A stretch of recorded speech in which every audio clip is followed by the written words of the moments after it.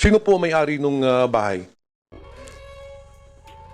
Sa ngayon po, sir, as inabanggit po kahapon, it's a property, a corporate property. I think it was owned by Mr. Harry Roque. Yes, sir. Paano po lumabas yung pangalan ni si former Secretary Harry Roque when we do not have any evidences linking Secretary Harry Roque to the said house? To former Secretary Harry Roque, well, you just have heard the statement of Yusek Gilbert Cruz that linking you to the said Chinese nationals. Kilala niyo po ba itong dalawang tao na nahuli ng PAOK? Hindi ko po kakilala itong dalawang tao. In fact, yung isa, sabi naman po ni Yusek, ay kakarating lang na bansa ng July, yung babae. Yung isa, ang pagpapakilala niya, ay siya ay Cambodian, no? So, hindi ko po kilala kung sino yung Cambodian na yan. So you are aware of this contract of lease? I'm aware of this contract of lease with this woman po, no? At ako nga po ang nagsabi na... But you have never met this person? I've met her po. So... I met her. In Kasi fact, kanina po, Mr. Roque, when I asked you, sabi niyo po, hindi niyo kilala. hindi po, yung lalaki po. Yung But lalaki now na you're Cambodian. telling this committee na na-meet mo man pala yung Yung lessor. lessee po. Yung lessee. Oo, yung lessee po, na-meet po. Pero of course, the admission of Mr. Roque that he truly owns the house, no? Kasi hindi ka naman magpapalis. You're the one who signed the contract of lease. Well, we have Yung an wife interest mo, in the ikaw corporation po. nagpirma. Yung wife ko po, But hindi you ko po already tinatanggi admitted. naman yan, no? You already admitted earlier. Oh. I'm just curious kasi, for the past several months, medyo mainit talaga ng Pogo. And it seems your name always crops up. Una yung kay Cassandra Leong. Your name was involved. Then itong pangalawa, itong sa raid ng bahay mo, your name again is involved. So, hindi po natin maalis sa madlang publiko at dito sa komitiba that you might be involved in these illegal activities.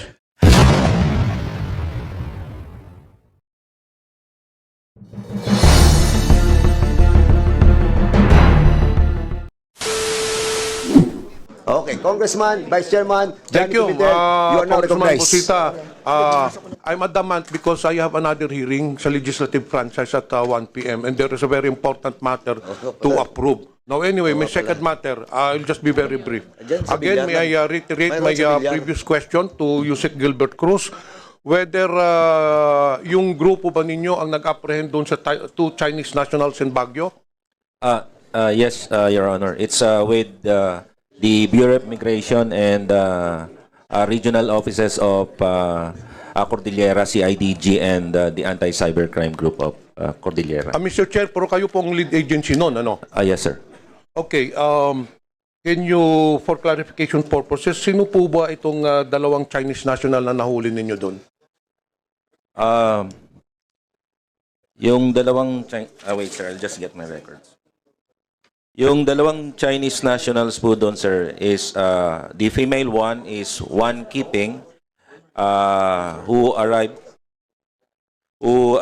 in the country on July 17, 2024 with and another one, sir, is a male Chinese national who found to be undocumented, and later he introduced himself as a Cambodian, sir, by the name of Kon Mowern.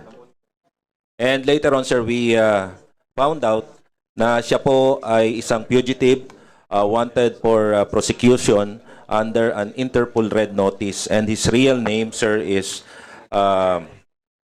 Mr. Sun Liming, who escaped to the Philippines and has introduced himself as Kun Muern, a Cambodian national. He has been identified as an IT consultant responsible for the creation of some IT platforms being used by scam farms in the country. He was apprehended by the Bureau of Immigration and the PAOK last July 27, 2024, sir, at Pinewood Subdivision, Tuba, Benguet. So just to clarify, Mr. Chair, so hindi pala dalawang Chinese national. Isang Chinese and then isang Cambodian. He introduced himself as a Cambodian, sir, but later on, sir, we found out na siya po ay isang Chinese national, fugitive Chinese national. Okay. Walang problema dun sa isa, no? Yung nagko-claim na Cambodian national siya. Very clear naman na fugitive yun. Apo. What about the other one? Ano naman ang kasalanan nun? Ang kinaso po natin doon is for her harboring this criminal, sir. So, are these two involved dun sa, connected ba ito dun sa Bamban Tarlac na Pogo? Iniimbestigahan pa namin till now, sir, but initially, sir, yun po ang pagkakaalam namin na itong si Sun Liming, sir, ay involved po siya, sir, dun sa paggawa, sir, ng mga platform that were being used in Scam Hub, sir, dito sa atin. Were you able to establish, Mr. Chair, the presence of this person dun sa Bamban operations? Wala pa po kaming lumalabas sa investigasyon namin, but we are looking at that, sir. Initially, sir, we have this information, sir. Now, Mr. Chair, paano nyo natunton itong Chinese national dun sa Baguio? Was there a tip or talagang through intelligence work lang to? Bakit nyo natunton? Bakit nyo naisipan na nandun nagtatago itong dalawang to? May informasyon po kaming nakuha, sir. Yes, sir. So, I understand na nagtatago sa isang bahay. I think Pines subdivision or a certain Royal Pine subdivision ang pangalan. Sino po may-ari nung bahay? Sa ngayon po, sir, as yun nabanggit po kahapon, it's a property, a corporate property. I think it was owned by Mr. Harry Roque. It's a corporate property, but being leased by this Chinese national. So, it's owned by corporation. The house is owned by a corporation. And in turn, the corporation is also owned by, or rather, it shows that the owner of the said corporation is former Secretary Harry Roque. Yun po yung nakita namin sa hearing yesterday, in the Senate hearing, sir. Do you have the incorporation papers or do we have a copy of the title of the house to prove that Secretary Harry Roque is indeed the owner of the said house? Wala po kaming dokumento as of today, sir.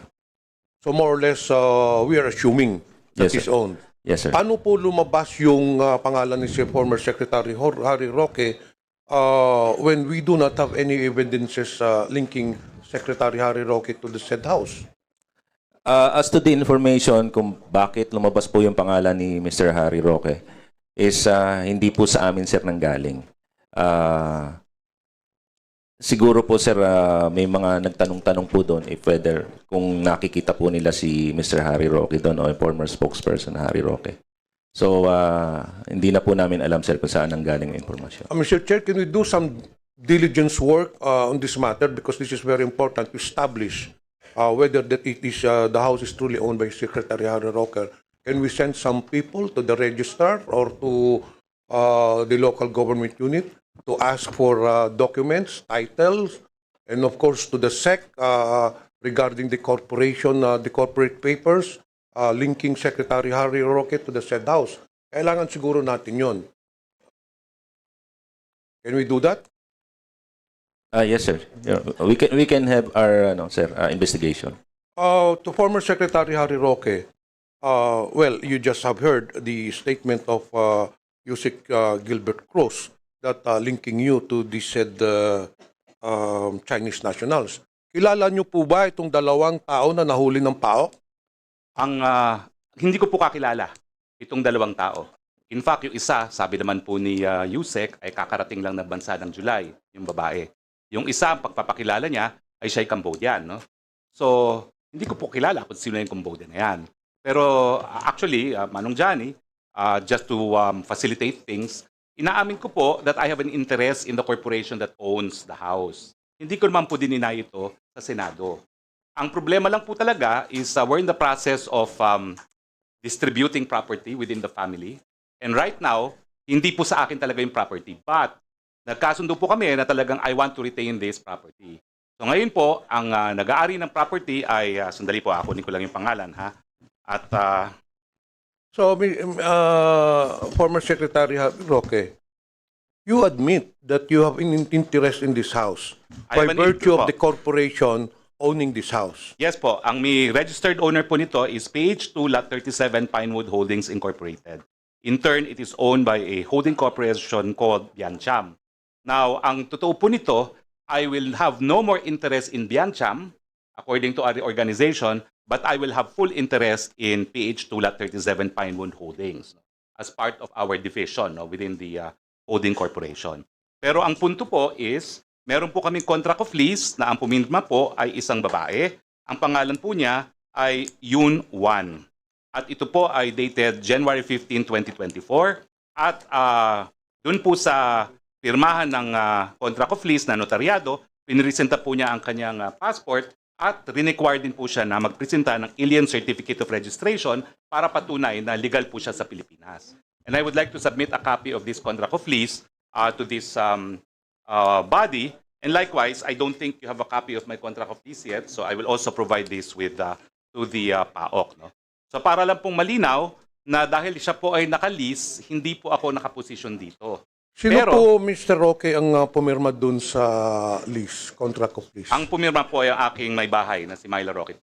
So you are aware of this contract of lease? I'm aware of this contract of lease with this woman po. No? At ako nga po ang nagsabi But na you have never met this person? I've met her po. So... I met her. In Kasi fact, kanina po, Mr. Roque, when I asked you, sabi niyo po, hindi niyo kilala.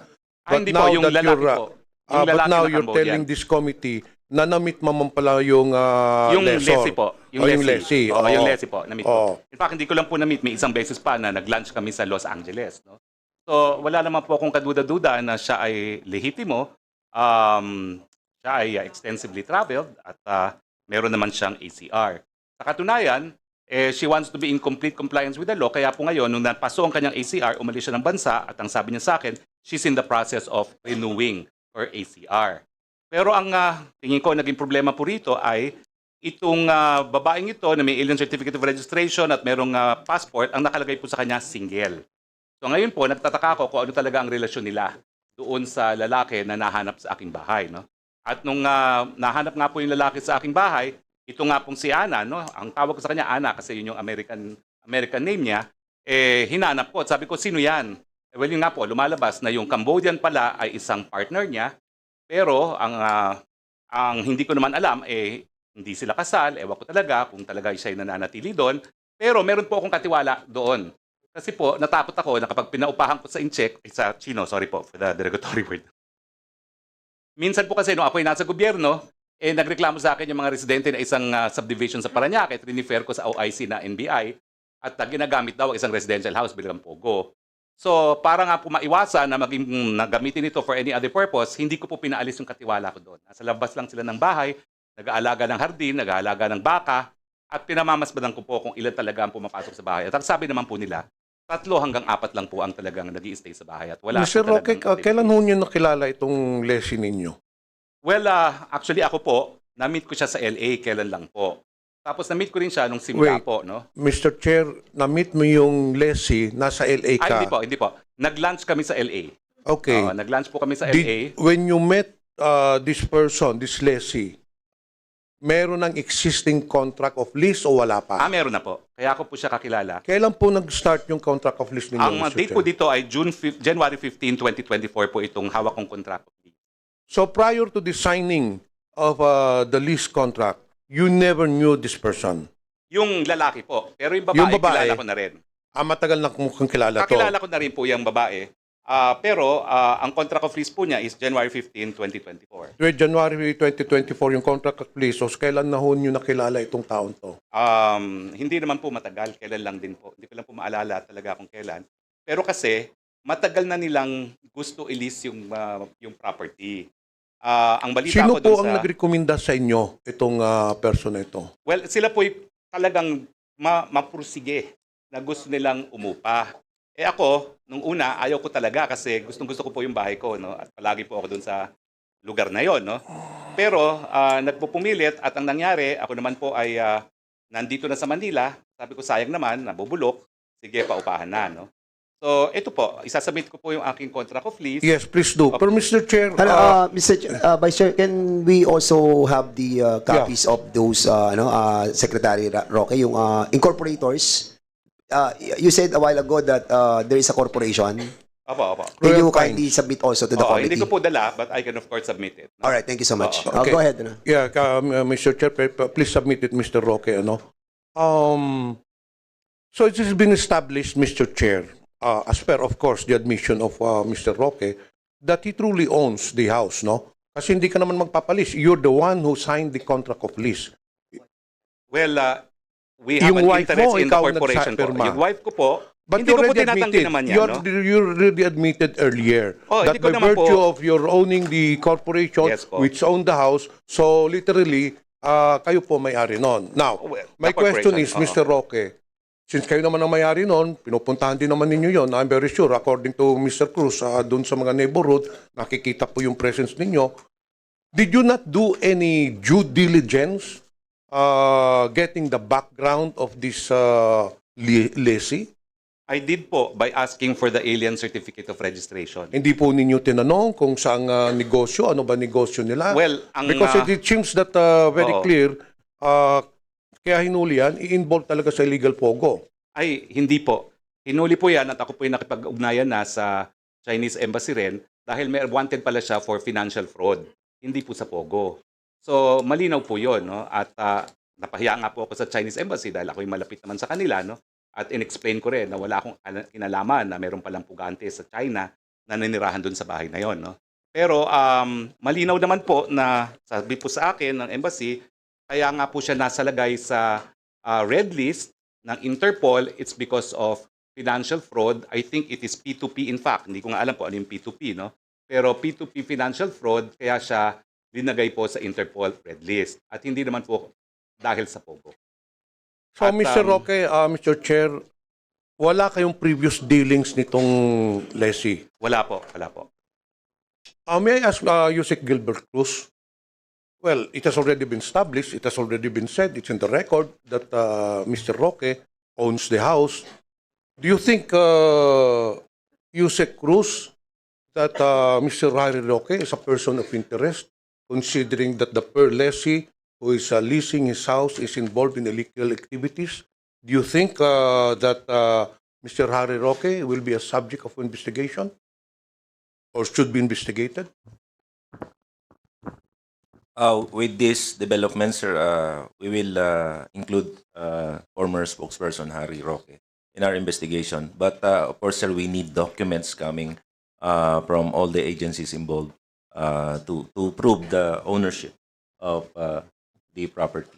Okay, we will let you finish your investigation. Ongoing pa naman ang ano. Now, let me go to the last matter. Masali na lang ako, Mr. Chair. Yesterday, Chairman Al Tenco was interviewed in Head Start. And he said that sometime last year, I don't know, last year or this year, that Mr. Harry Roque accompanied Miss Cassandra Leong to PAGCOR to assist her in the renewal of their license. Totoo po ba yun, Mr. Harry Roque?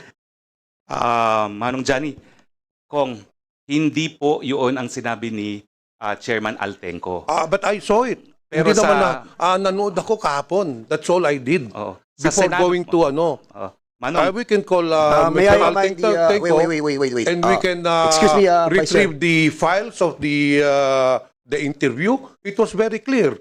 Mr. Altenco said during the interview na Mr. Harry Roque accompanied Cassandra Leong with regards only request for the renewal of their license because may $500,000 na hindi nabayaran kaya hindi ma-process yung license nila. And I don't think Mr. Altenco will go on nationwide TV telling lies. So we can retrieve that file of that interview. So yung kanina tanong ko po, Mr. Harry Roque, totoo po ba yun? Attorney Roque, resource speakers, a reminder to address the chair. yes, Thank you so much. Mr. Chair, hindi po. 2 beses na po nag-testify si Chairman Altenco at nandito po si Attorney Fernandez na kasama po doon sa meeting. Hindi po ako lumapit kay Chairman Altenco on July 26, 2023 para kumuha ng lisensya. Linapit ko po siya, yung Cassandra Ong, para po magkaroon ng rescheduling of payment sa mga pagkakautang di umano dahil na-dispalkuhan yung Lucky South ng pambayad sa PAGCOR. Binigay daw po nila di umano sa kanilang representative sa PAGCOR na si Dennis Cunana yung pera at na-dispalko.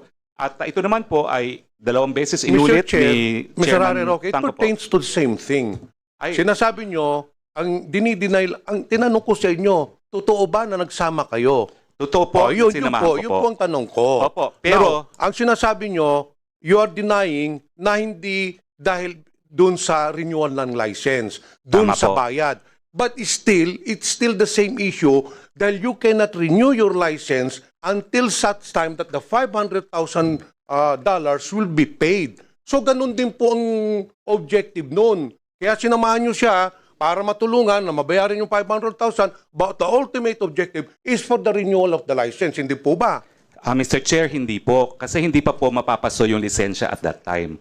At in fact, yung last hearing sa Senado, sinabi naman po ni Chairman Altenco na meron pa silang lisensya which was granted by the previous administration and good for 3 years. So hindi pa po sila up for renewal. Okay. Yun lang po. That's besides the point.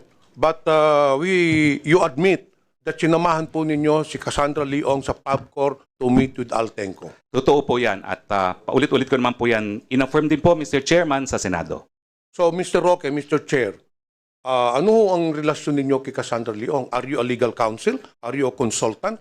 I am Why legal- did you have to accompany Ms. Leong to PABCOR? Well, In I what am- capacity? In my capacity as a practicing lawyer po, because the company that she represents is Whirlwind Corporation. Whirlwind Corporation po is isang service provider. At ang kliyente po niya ay ang Lucky South. And I'm happy po na nandito si Chairman Domingo para ma-explain kung anong nature ng service provider. They provide all services po to their POGOs, lalo na yung mga nasa POGO Hub, kasi po hindi nag-i-English yung mga POGO na yan. So they deal with the outside world using service providers. At yan po yung negosyo ni Whirlwind na kumpanya po ni Cassie Ong, no? At yung panahon nga po noon, ang problema nila, yung representante nila sa PAGCOR mismo, di umano, ang kanilang naging problema. So ako naman po, in-accommodate ko naman po dahil alam ko na parang nabiktima naman itong mga taong ito. At yun nga po, ang hiningi namin kung po pwedeng bayaran yung obligasyon na gives, no, by installment basis. Pero wala pa pong usaping lisensya nung panahon na yon. Mr. Chair, Mr. Roque, Interjection lang, Vice Chair. Ikapraso lang. Just wanted to find out the Whirlwind Corporation is a Whirlwind Corporation is a realty development corporation. Am I correct? Tama po yan, Mr. Chair. At kaya po ako unang nakilala yan matapos ang eleksyon, ang nagpakilala po sa akin, sila daw ay mag-i-invest sa mga renewable energy projects. Pero former Secretary Roque, hindi sila nagpo-provide. No service provide. Hindi sila service provider, in other words. Kasi dito ata sa incorporation nila, it's all about realty development. So, I was confused kung nagpo-provide sila ng service, ang Whirlwind. Apo. Well, again, apo. Nagpo-provide sila sa... Wait, sandali ha. Because in accordance with the SEC, ano lang po sila? Development, realty development. So, why are they providing services? Sila po ang umupa dun sa lupa, sa Porac, at sila po ang nagpagawa ng mga buildings. At sila po ang Yes. nagpapaupa sa Lucky South. Yes, so, correct. yung by being a service provider, at alam ko naman po, ang patakaran ng mga ibang service provider, ganyan rin, sila nagbibigay ng physical infrastructure, pati computer sila nagbibigay, at iba pang mga serbisyo dun sa mga nag-ooperate ng POGO, kasi mga POGO talaga, mga Chino, at dun sila talaga sa electronic gambling na involved. So, aside from the realty development, they provide services as well. Tama po yan. At kaya But nga in po, relation to their SEC, ang purpose lang nila is specifically for development ng properties. So, I think there are some violation with regards to the delivering services as well. hindi ko pa because- po Mr. Chair, hindi ko pa po nakikita yung articles nila, pero totoo po na they are first and foremost a real It's here, estate company. Secretary Roque. The amended articles of incorporation of Whirlwind Corporation is primarily is to engage in realty development. That's their purpose. Tama po. Mr. So, Chair, Kung sila po ay nagbibigay ng ibang serbisyo, then it's beyond their their corporate responsibility nila. normally diba? po, merong primary at merong secondary. So it could be covered by a secondary purpose po, no? So we will At, check the meron namang secondary mga- purpose. Oo. Okay, for the meantime, we'll be asking. Sige, go ahead muna. I'll be hanapin ko lang. winding up my interpellation, Mr. Chair, to give a chance to other. Mr. Roque, Mr. Chair, kailan ho niyo nakilala si Cassandra Leong? Right after elections po, dahil I had to settle back to my practice, dahil natalo nga tayo ng eleksyon, and settle back to old projects that I left hanging, including renewable energy projects. Paano ho niyo nakilala si Cassandra Leong, Mr. Chair? May nagpakilala po sa akin na isang Malaysian company also engaged in renewable energy, at ang sabi nila, sa Singapore, merong company na may presence sa Philippines that is seriously studying the feasibility of starting an integrated solar panel manufacturing facility, kasi nga po binoboycott ng mga Amerikano yung solar panels na made in China. Kailan po, anong year po kayo nakakilala ni Cassandra Leong? Matapos po ang eleksyon. Ang eleksyon po ay 2022. So, matapos po ang May 2022 election, kung hindi po ako nagkakamali, mga July or August po yan. Kailan po kayo pumunta sa PAGCOR, Mr. Chair? Ay, ano po, 2023 na po. 2023. Apo. Nung nakilala po ninyo si Cassandra Leong, hindi ba ninyo alam, hindi ba niya sinabi na she's involved in POGO operations? Ang alam ko po, sila nagpapaupa nga doon sa Porac. Pero that's one only of their businesses, at marami silang businesses, especially in Singapore. At in fact, ang palagi ko pong kausap ay isang non-resident sa Pilipinas. Lumilipad po siya from Singapore to discuss with me the feasibility of the solar energy project, no, which is in Cebu. At yun nga pong CEO na yun ang dahilan kung bakit hindi ko nakumbinsi sila mag-invest dun sa solar project na yun. Kasi ang reklamo ng kanilang CEO, who's based in Singapore, is napakababa po noong, ano ba tawag doon, yung babayaran po ng Meralco doon sa proyekto. No? Kasi yung proyekto na gusto ko sana mag-invest sila, ay meron na pong gano'n, no? PSA. So, wala pong nangyari doon sa mga Mr. efforts Roque, sa ko. tingin niyo po, bakit kayo nilapitan ni Cassandra Leong? Ay, ako po lumapit sa kanila dahil naghahanap po talaga ako ng investors para sa mga proyekto ng renewable energy. Are Kasi you in a fact, consultant of Whirlwind Corporation? I am in fact legal counsel po. Legal counsel kayo Opo. ng Whirlwind Corporation. Opo. So you have had a long dealings with Cassandra Leong. Well, hindi po long kasi after I accompanied them in PAGCOR, 2 months later, they told me they have a problem with their landlord. That they were being evicted from the property at meron na raw writ of execution from the RTC. So sabi ko, paano nangyari yon? Ang sabi nila, kasi nagkaroon ng kaso na ejectment, yung lupa pala na pinirmahan nilang lease contract sa tatay, nagdidemandahan pala yung tatay at anak. Siguro alam ng mga taga Angeles yung kwento ng Cruz family. At ang nangyari, yung mga anak na registered owners, dinimanda sila ng ejectment, pero yung tatay, hindi naman binigay sa kanila yung mga papeles, itinago, kaya umabot na sa punto na nagkaroon ng writ of execution, at dun sa kaso, may mga abogado na hindi naman nila inauthorize. Mr. Chair, last question, Mr. Roque. Magkakilala ba itong dalawang Chinese national at saka si Cassandra Leong? Hindi po. As far as I know, hindi po sila magkakilala, at yan nga po ang aking ine-emphasize. Wala pong links at all itong request ng China sa Interpol to apprehend this Chinese fugitive with the issue of POGOs in the Philippines. Mr. Roque, Mr. Chair, I'm just curious kasi for the past several months, medyo mainit talaga ng Pogo. And it seems your name always crops up. Una yung kay Cassandra Leong.